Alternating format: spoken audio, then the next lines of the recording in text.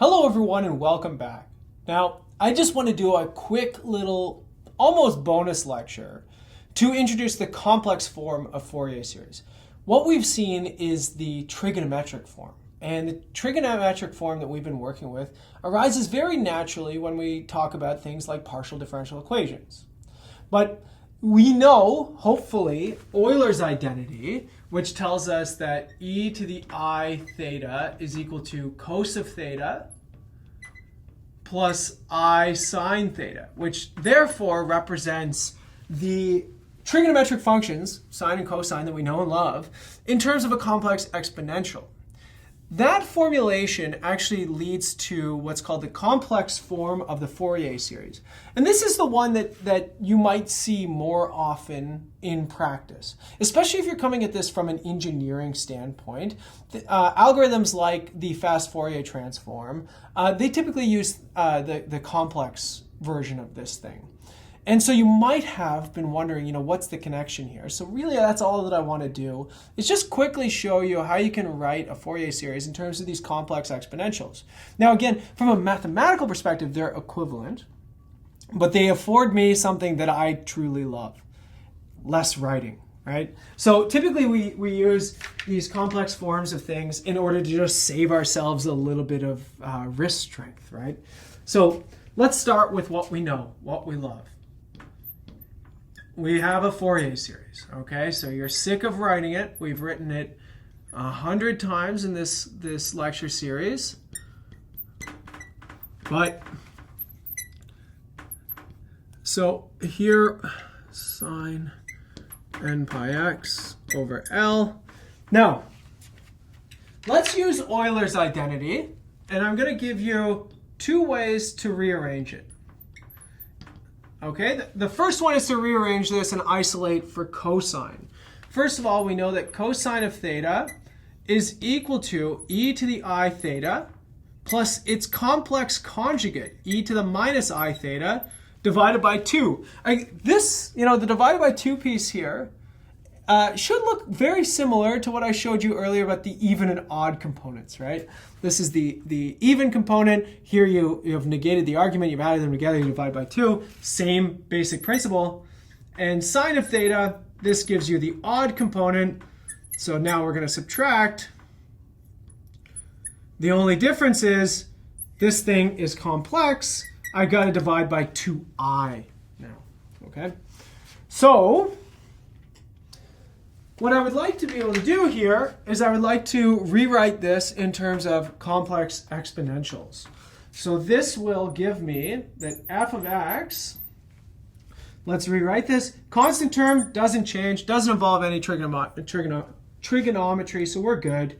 And then here, what we will have is 1 over 2, the sum.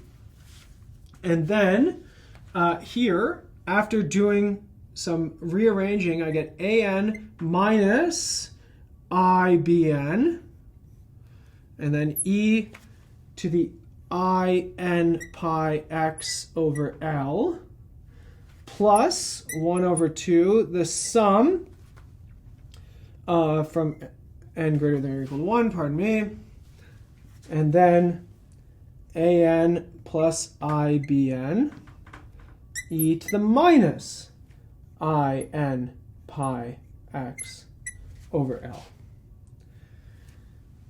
And then typically what we do, since I'm summing in some sense from positive n here and negative n here, we typically like to just let the n go from from minus infinity to infinity. And the way that you can do this is you could actually write this as, a0 plus 1/2, and let's go backwards. So I'm going to say from n equal to -1 to minus infinity. Weird way to write a summation. That's okay. A of minus n minus ib of minus n, right? So the minuses are all going to cancel out and give me the right things after a while here.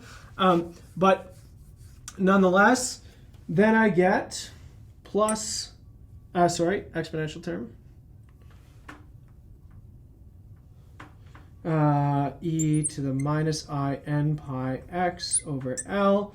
and then plus 1/2.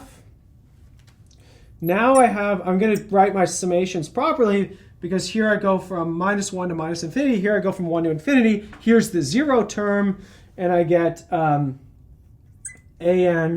plus ibn e to the minus in pi x over L. And so by convention, you can see that we typically like to have the negative exponent here. Again, that's just convention. Doesn't really matter. And here we have, we have a of minus n is equal to an, and b of minus n is equal to bn. So let's introduce some definitions. Let's say define. So I'm going to do things, I'm going to say let C0 equal to A0. I'm going to let Cn equal to an plus ibn over 2. And this is going to be for all n in the integers except 0, because I've already accounted for 0 here. Well, what this means, maybe I'll just start writing up here. I have lots of room. So I have f of x is now written, and here's the beauty. It's very compact. So let's go from minus infinity to infinity. It's a double-sided summation, Cn e to the I n pi x over L, all minus. So that's a nice little compact way of writing this thing. Now, in this case, what we have here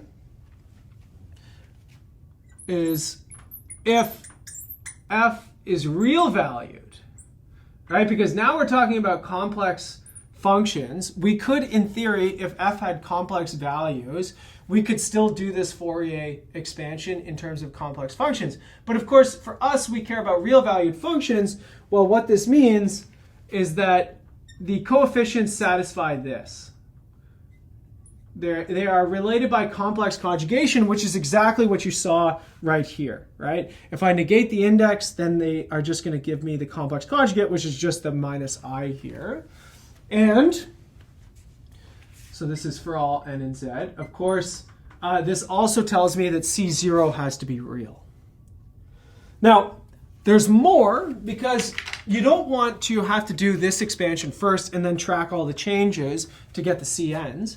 You can actually get the CNs. So also, Cn comes just from an integration again, and it's going to come from this integration right here, which I'll explain in a second.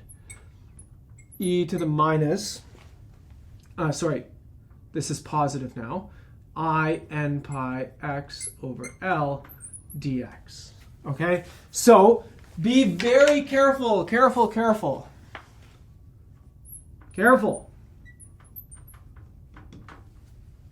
The term here, okay, this Cn goes with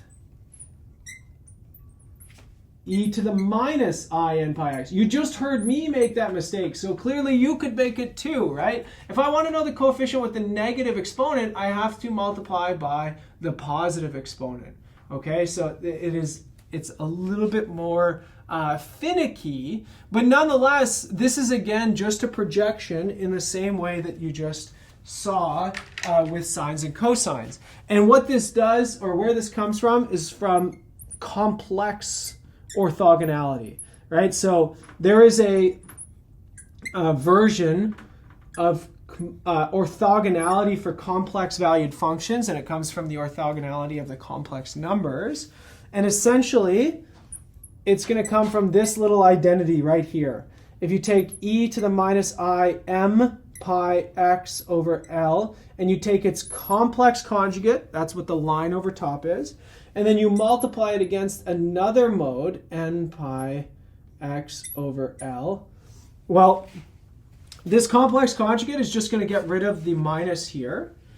And essentially, what you're going to get is 0 if n is not equal to m, and you're going to get 2L if n is equal to m. Okay?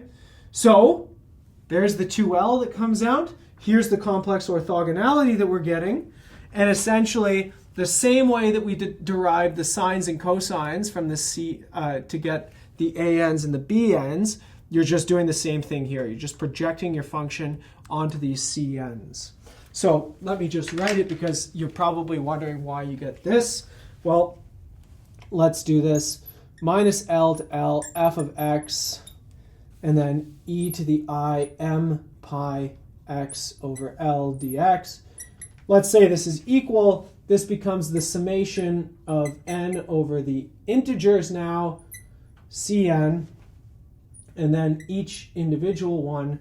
And so here, I'm going to get, if I have this Fourier expansion, then what I will get here is the minus term coming out of this thing.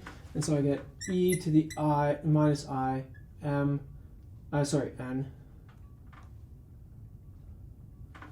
n pi x over L, right?